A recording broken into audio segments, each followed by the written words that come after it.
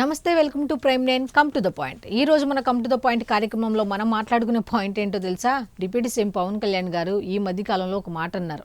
ఎప్పుడు మొన్న సంక్రాంతి సంబరాలకు సంబంధించి పిఠాపురానికి సంబంధించి ఆయన మాట్లాడుతూ సంక్రాంతి సంబరాల్లో పాల్గొని మాట్లాడుతూ ఒక మాట అన్నారు. పిఠాపురంలో తుమ్మినా సరే దగ్గినా సరే చీమ చిటుక్కుమన్నా సరే ఒక ప్రపంచ వార్తలాగా వెళ్ళిపోతుంది అని కదా.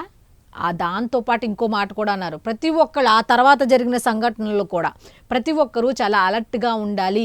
ఏం మాట్లాడినా సరే బాధ్యతాయుతంగా మాట్లాడాలి. మీ నోట్లోంచి వచ్చే ప్రతి మాటని కూడా చాలా స్పష్టంగా సబ్జెక్ట్ టు సబ్జెక్ట్ మాత్రమే మాట్లాడేటట్టు, ఆ సబ్జెక్ట్ మీద అవగాహన ఉంటే మాత్రమే డిబేట్లు కానీ ఇంకెక్కడికైనా వెళ్ళి మాట్లాడండి అని ఆయన పదే పదే ఎందుకు చెప్తున్నారో తెలుసా? కావాలనే చెప్తున్నారు. ఎందుకంటే ఏం జరిగిద్ది అన్నది ఆయనకు తెలుసు. ఎందుకంటే 2024 ఎన్నికల్లో ఓటమికి కారణం ఎవరు, కొంతమంది ఓడిపోవటానికి కారణం ఎవరు అంటే ఆయన కాబట్టి, ఆయన వెనకాల ఉన్న నాయకులు కాబట్టి, ఆయన కింద ఉన్న కార్యకర్తలు కాబట్టి వాళ్ళందరి మీద ఒక ప్రత్యేక నిఘా ఉంటుంది కాబట్టి ఆయన మీదే నిఘా ఉంటే లేదు కానీ కింద వాళ్ళ మీద నిఘా ఉంటే వచ్చిందా? ఆ ఉద్దేశంతో ఆయన అలర్ట్ ఏ విధంగా చేస్తున్నారు ఏంటి, ఏ విధంగా చేసినా కూడా దొరికిపోయారు, ఇంకొకళ్ళకి అస్త్రంగా ఎలా మారిపోయారు అనే దాని మీద ఈరోజు మనం ఖచ్చితంగా మాట్లాడుకోవాల్సిన అవసరం అయింది.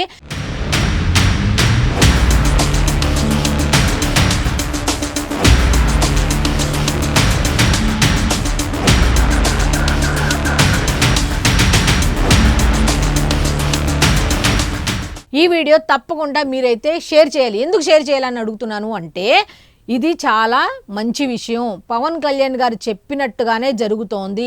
10 మందికి వెళితే గనక వాళ్ళు కూడా అలర్ట్ అయ్యి ఎలా పడితే అలాగా ఏది పడితే అది మాట్లాడకుండా ఉంటారు. కాబట్టి షేర్ చేయండి, తప్పకుండా లైక్ చేయండి. ఈ వీడియోపై మీ అభిప్రాయాన్ని కామెంట్ రూపంలో తెలియచేయండి. ఇక పాయింట్లోకి వెళ్ళిపోదాం.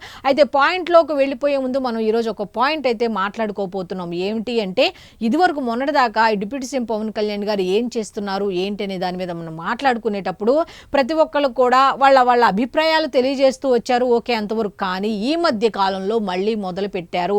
పవన్ కళ్యాణ్ గారిని బూతులు తిట్టడం మొదలు పెట్టారు. పవన్ కళ్యాణ్ గారి గురించి ఎవరు ఏం చెప్పినా సరే వాళ్ళని కూడా ఇష్టం వచ్చినట్టు ఆడాలేదు మగాలేదు మళ్ళీ మొదలు పెట్టారు.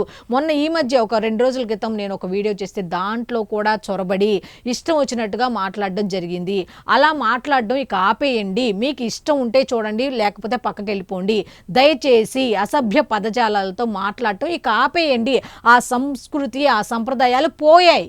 దానికి సంబంధించి అటువంటి మాట్లాడే విధానాలు పోయాయి. కాబట్టి మీకు ఇష్టమైతే చూడండి, లేకపోతే లేదు. ఎవరికి ఉపయోగమే వాళ్ళే చూస్తారు, ఎవరికి యూజో వాళ్ళే చూస్తారు తప్ప మీకు అవసరం లేనప్పుడు పక్కకి వెళ్ళిపోండి. అంతేగాని అసభ్య పదజాలంతో దయచేసి కామెంట్లు పెట్టకండి. ఇన్ కేసు ఎవరన్నా పెడితే మిగతా వాళ్ళు చూసిన వాళ్ళు ఎవరైనా సరే వాళ్ళకి కౌంటర్ ఇస్తే బాగుంటుంది అనేది నా ఉద్దేశం. ఎందుకంటే ఇంకొకళ్ళు పెట్టకుండా ఉంటారు అనేది నా ఉద్దేశం. సో ఇక అసలైన పాయింట్లోకి వెళ్ళిపోదాం. అదేమిటో మీకు చూపిస్తా.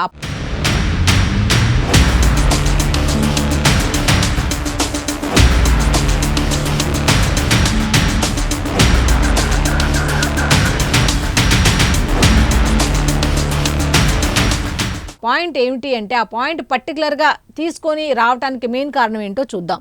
ఈరోజు కొంతమంది వ్యక్తులకి 2024 ఎన్నికలకు సంబంధించి ఓటమి పాలైన కొంతమందికి సంబంధించిన ఒక పేపర్లో హెడ్లైన్ ఏంటో తెలుసా? మెయిన్ పేపర్ హెడ్లైన్ ఏంటో తెలుసా? ఇది ఏమిటి? శ్రీవారి లడ్డూ తయారీకి వాడిన నెయ్యిలో కల్తీ జరగలేదు. అది చెప్పింది ఎవరు? ఏ వైఎస్ఆర్సీపీ వాళ్ళో కాదు. అది చెప్పింది ఎవరు అంటే డీటెయిల్స్ ఇచ్చారు. ఆ డీటెయిల్స్ కూడా మనం మాట్లాడుకుందాం. ఎన్డీడీపీ సిట్ నివేదికలు ఈ విషయాన్ని స్పష్టంగా చెప్పాయి. అబద్ధాన్ని పదే పదే చెప్తే నిజమవుతుందనే మూర్ఖత్వంతో ఉన్నారు. తిరుపతి జనసేన ఎమ్మెల్యే ఆరణి శ్రీనివాసులు స్పష్టీకరణ అంటూ ఇచ్చారు. ఒక రకంగా చెప్పాలంటే ఆయన కన్ఫ్యూజన్లో ఆయన చెప్పాలనుకున్నది ఒకటి, చెప్పింది ఒకటి. ఆ విషయం అందరికీ తెలిసిందే. డిప్యూటీ సీఎం పవన్ కళ్యాణ్ గారు ఇదే చెప్తున్నారు. ఒక వార్త మీద, ఒక విషయం మీద అవగాహనతో వెళ్ళండి. కనీసం అక్కడికి వెళ్ళి మాట్లాడేటప్పుడు కూడా మీరు సబ్జెక్టు మీద సబ్జెక్టు మాట్లాడకుండా ఇష్టం వచ్చినట్టు మాట్లాడితే ఏమవుతుంది అంటే ఇదిగో ఇలాగే అవుతుంది, వార్తల్లో నిలుస్తారు మీరే, ఇగో ఈ విధంగానే నిలుస్తారు. ఈయన చెప్పాలనుకున్నది ఒకటి, చెప్పింది ఒకటి, దాన్ని ఏం చేశారో తెలుసా, వాళ్ళ సొంత లాభానికి వాడుకున్నారు. ఏ విధంగా అంటారా, పొరపాటున చెప్పారులేండి మేడం, మీరు ఎందుకు ఇంత హైలైట్ చేస్తున్నారని మీరు అనుకోవచ్చు. ఇది పొరపాటుతో చెప్పారు కాదని ఎవ్వరు అనట్ల, కానీ ఆ పొరపాటుని వాళ్ళు ఏ విధంగా అస్త్రంగా వాడుకున్నారు అనే దాని మీద ఈరోజు మనం మాట్లాడుకోబోతున్నాం. చూడండి.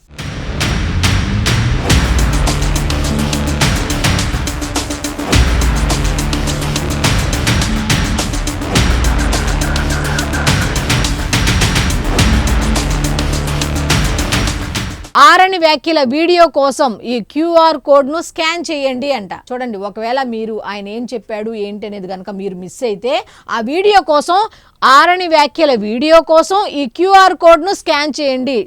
ఎంత రిస్క్ తీసుకున్నారో చూడండి. ఆరణి శ్రీనివాసులు ఏం చెప్పాడు అనే దాని మీద క్యూఆర్ కోడ్ని ఏర్పాటు చేసుకున్నారు. ఎంత దారుణం, వాళ్ళ నిఘా ఎలా ఉంది చూసారా.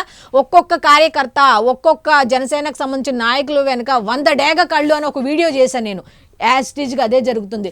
నోట్లో నుంచి వచ్చే ప్రతి మాటని పట్టుకుంటున్నారు. ఎంత నిఘా పెట్టారు అనేది ఒక్కసారి ఆలోచించుకోండి.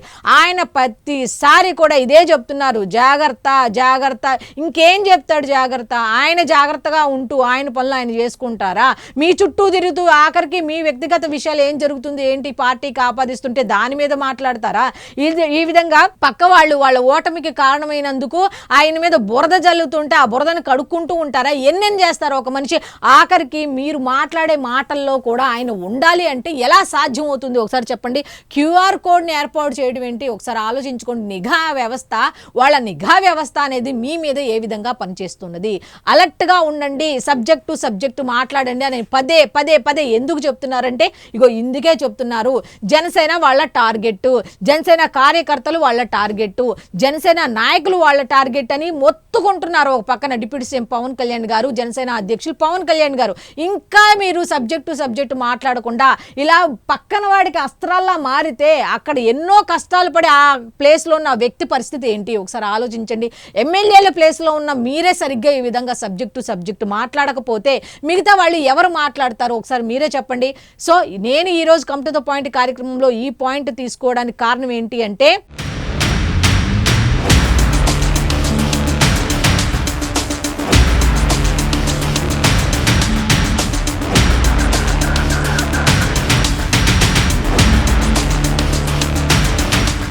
ఆయన కష్టాన్ని బూడిదలో పొయ్యొద్దు. ప్రతిసారి చెప్తున్నట్టే ఈసారి కూడా పొయ్యొద్దు. ఎందుకంటే సబ్జెక్టు మాట్లాడండి అని పదే చెప్తున్నారు. కాబట్టి ఇక నుంచి అయినా ఏదైనా మీడియా ముందుకెళ్ళినా, ఏదైనా డిబేట్లో పాల్గొన్నా దయచేసి సబ్జెక్టే మాట్లాడండి.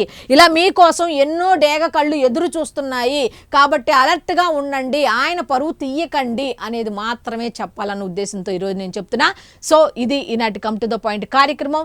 మీరు తప్పకుండా ఈ వీడియోని లైక్ చేసి షేర్ చేయండి. ఎందుకంటే ఈ విషయం 10 మందికి వెళ్తే మాట్లాడేటప్పుడు కాస్త జాగ్రత్తగా మాట్లాడతారు.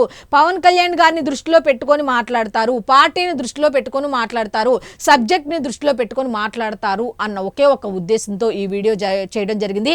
ఇది చూస్తాకి చిన్న వార్త అలా ఉంటుంది కానీ ఇది చిన్న వార్త కాదు. ఒక క్యూఆర్ కోడ్ని పర్టికులర్గా ఇలా క్యూఆర్ కోడ్ ఒక వీడియో కోసం ఏర్పాటు చేశారు అంటే వాళ్ళ నిఘా వ్యవస్థ ఏ విధంగా పనిచేస్తుంది అనేది మనం ఇక్కడ చాలా క్షుణ్ణంగా అబ్జర్వ్ చేయాల్సిన విషయం అని నేను ఇంకొకసారి జనసేన వాళ్ళందరికీ కూడా చెప్పే మాట ఇది అనమాట. నేనే కాదు, ప్రతి ఒక్కళ్ళు కూడా డిప్యూటీ సీఎం పవన్ కళ్యాణ్ గారు ఫస్ట్ నుంచి చెప్తున్న మాటే ఇది, బీ అలర్ట్ అని. ఇగో దీనికోసమే.